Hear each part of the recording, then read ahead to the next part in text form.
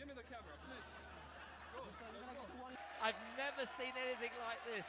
This is sensational stuff.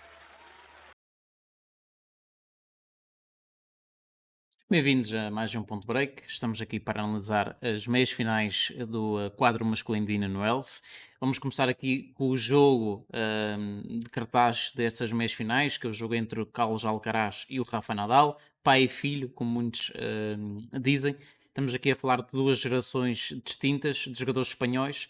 Temos o Rafa Nadal, que é um jogador muito, muito conhecido e que apadrinhou claramente o Alcaraz na Academia Nadal, e tem aqui aqui alguns laços emocionais que criaram entre si.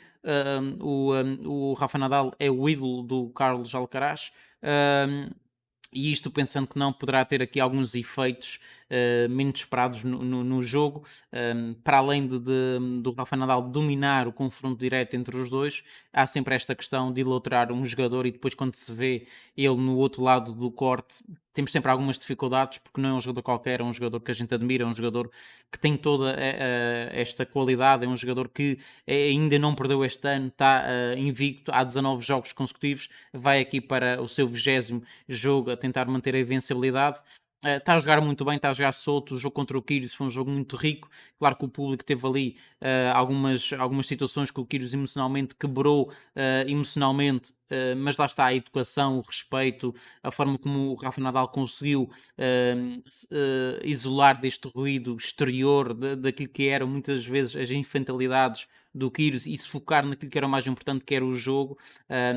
Leva-me a ponderar claramente aqui a vitória do jogador mais experiente, o Rafa Nadal. É verdade que tem um modo 1,57, mas para aquilo que é e está a ser o torneio dele, e aqui um ponto importante é que ele teve mais horas de descanso do que nos jogos anteriores, o que aqui terá recuperado o fôlego para encarar este Alcaraz, que está muito, está a ser acompanhado por um treinador chamado Ferrero, e é algo importante salientar aqui, que é cada vez mais esses jovens talentos estão a apostar em treinadores de ponta, não é? Basta ver o Kamanovic, basta ver, por exemplo, o Angel Yassim, foi buscar treinadores como Tony Nadal, o Nal Benman, que são treinadores que pode demorar até que os resultados apareçam, mas eles vão aparecer em algum momento.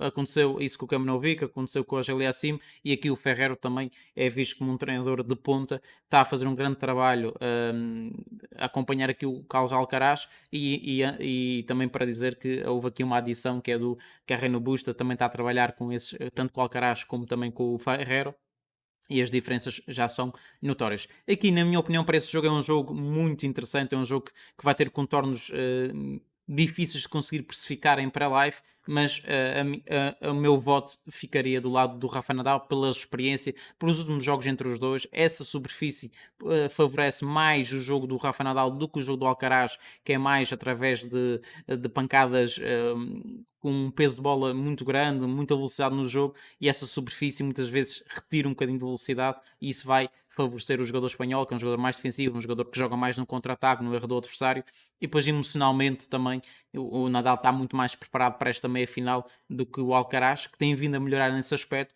mas vejo aqui, principalmente por jogar contra o seu ídolo, poderá não conseguir controlar tão bem as emoções nesse aspecto e levar a cometer erros não forçados, e poderá ser um jogo até mais curto do que aquele que seria de esperar. Aqui um under 22,5 poderá ser interessante se nós notarmos que o Alcaraz está preso às emoções, está muito preso àquilo que é a ideia do seu jogo, e contrastando contra um jogador que ele admira e que está a defender e está a jogar muito bem, e por isso ainda não perdeu este ano e já venceu vários títulos, como foi o caso do Australia Open. Depois, outro jogo que nós vamos analisar aqui, que é outro jogo das meias finais, é o Taylor Fritz contra o Rublev. Aqui o que vai favorecer mais o Rublev em detrimento do Fritz é, lá está, é o número de horas em corte. O Rublev despachou o Dimitrov com extrema facilidade, já o Fritz teve um jogo mais difícil com o Gamnovic, foi resolvido em 3 sets, e por isso espera-se um jogo, espera-se aqui algum déficit físico do Fritz. No entanto, o fator casa, o calor do público, vai promover um jogo mais equilibrado do que é só de 0. 1.44 para mim é uma odd relativamente baixa para o Rublev. Estamos a falar de uma superfície que o Taylor Fritz conhece muito bem, é um jogador da casa. Além disso, a característica da superfície não faz com que o jogo seja muito rápido e que drene muita energia, principalmente ao Fritz, e por isso acho que essa odd 2.72 a longo prazo é uma odd com algum valor, mas focaria-me também no caso de ir a 3 sets. Temos aqui esta opção na Betano. Poderia ser interessante. Ou então, até o handicap sets mais 1,5 Fritz está 1,60. É um modo que eu não gosto.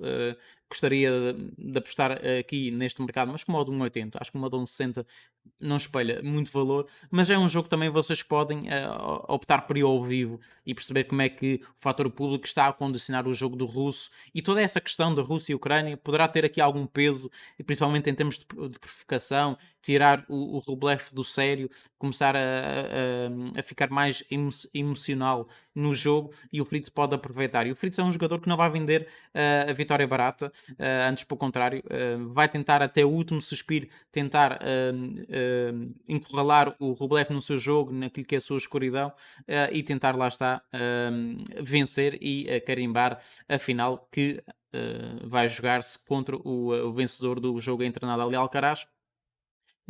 A minha sugestão para esse jogo era, acima de tudo, estar mais do lado do Fritz, porque é aí que está o valor, mas como é uma meia final, poderá ter aqui vários contornos que é preciso sempre a componente live para nós conseguirmos apostar com valor. Pessoal, este foi o ponto break, foi mais curto do que os outros. Não esqueçam de deixar aí o like, subscrever o canal e também comentar na caixa de comentários o que é que vocês acharam, o que é que vocês têm achado desse novo projeto, e vemos numa próxima oportunidade.